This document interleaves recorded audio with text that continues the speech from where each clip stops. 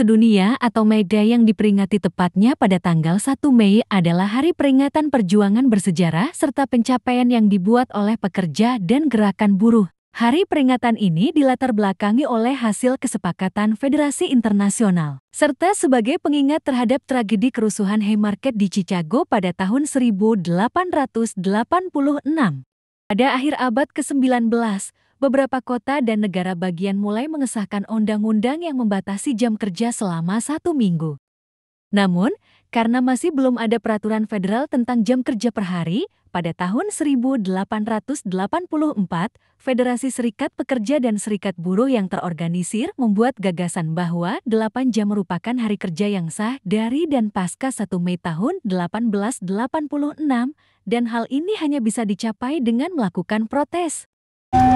Yang melindungi oligarki dan para orang-orang korup.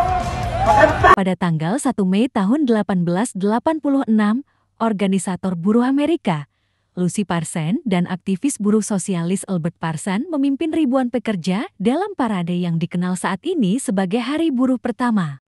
2 hari kemudian, aktivis buruh August Spice berpidato di pabrik McCormick Harvester. Perusahaan tersebut baru saja memecat aktivis serikat pekerja dan mengganti ratusan karyawan. Saat Spice akan memulai pidatonya, polisi tiba dan mengejar para pemogok. Akibatnya 1 orang tewas dan 6 orang terluka.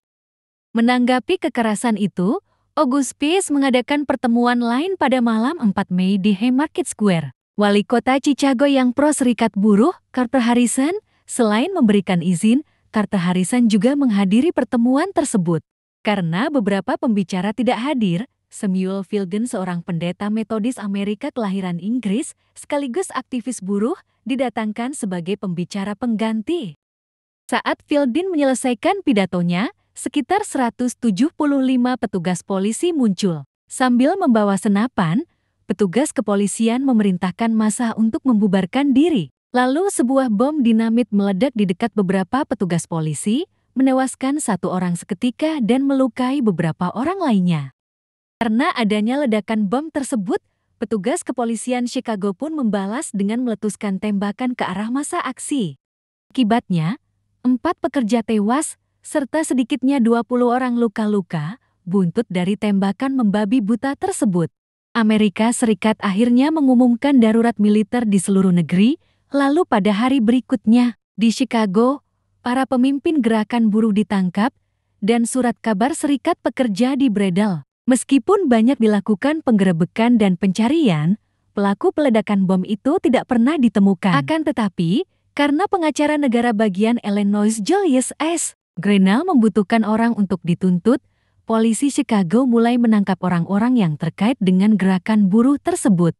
Samuel Fielding, Michael Schwab, dan August Spice ditangkap sehari setelah kerusuhan, dan tak lama kemudian, George Engel, Adolf Fischer, Louis Link, Oscar Nibby, dan Albert Parsons juga ditangkap. Mereka semua didakwa dengan pembunuhan dan konspirasi untuk menggulingkan sistem politik dan ekonomi Amerika Serikat.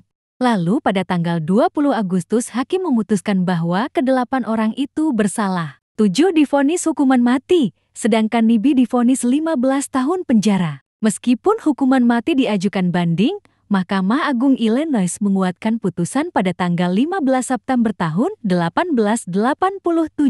Namun, hukuman bagi Fielding dan Schwab diringankan menjadi penjara seumur hidup. Hari eksekusi ditetapkan pada 11 November tahun 1887.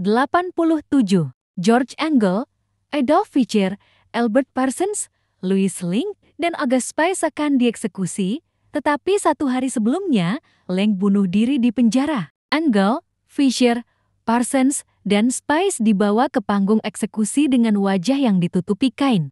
Sebelum dihukum mati, Spice mengucapkan kata-kata terakhirnya yang sangat ikonik, yaitu, "Akan tiba harinya ketika keheningan kita akan lebih kuat daripada suara-suara yang Anda hambat hari ini."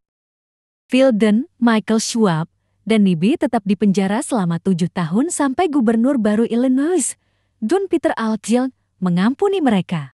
Chicago Tribune melaporkan bahwa ketika Altgeld meninjau kasus Haymarket, ia mengakui bagaimana rusaknya sistem keadilan bagi para buruh. Namun, Jaksa bersikeras bahwa 8 anarkis sangat bersalah karena menghasut banyak orang yang disertai dengan aksi kekerasan.